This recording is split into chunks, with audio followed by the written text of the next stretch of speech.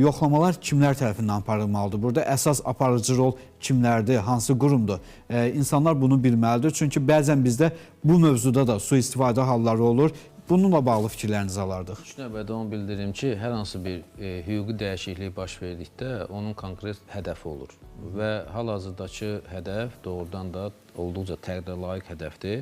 Ölkədə əgər dövlət qurulursa və inkişaf edirsə, bütün istiqamətdə münasibətlər hüquqi çərçivəyə salınmalıdır. Həm vergi verilməsidir, həm tərəflərin məsuliyyətlərinin müəyyən olunmasıdır, qarşılıqlı müqavilələr şəraitində münasibətlərin tənzimlənməsidir. Yəni, bu, təbii ki, təqdim olunan məsələlərdir. Amma mexanizm olaraq bu necə həyata keçirilir? Bu artıq bugünkü söhbətimizin də mövzusu məhz budur. Çox ciddi problemlərin olacağını indidən bildirmək olar. Birinci, ən çox realtorların üzərində bu problem olacaq. Nə problemdir?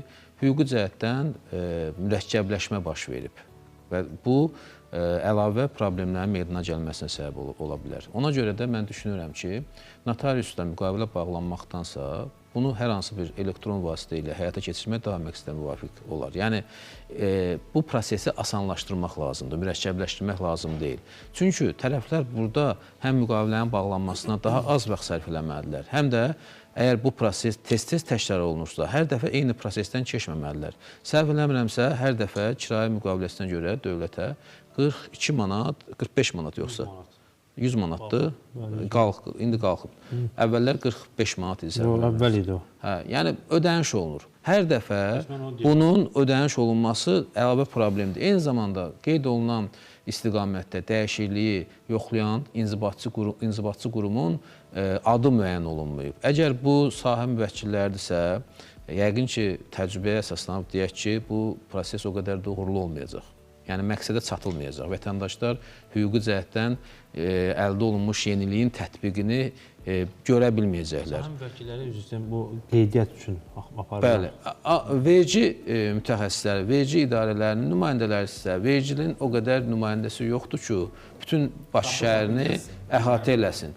Yəni, bu yeniliyi həyata keçirəndə, əgər dövlətin müvafiq strukturu qarşısına məqsəd qoyub ki, vətəndaşlar qeyri-rəsmi biznes fəaliyyətindən, maliyyə fəaliyyətindən mütləq vergiyə cəlb olunmalıdır. Onun bütün detalları nəzərə alınmalıydı.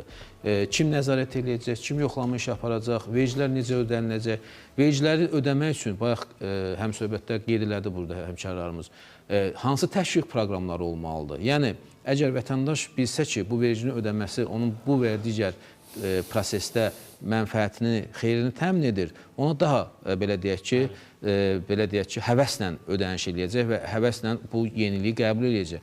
Amma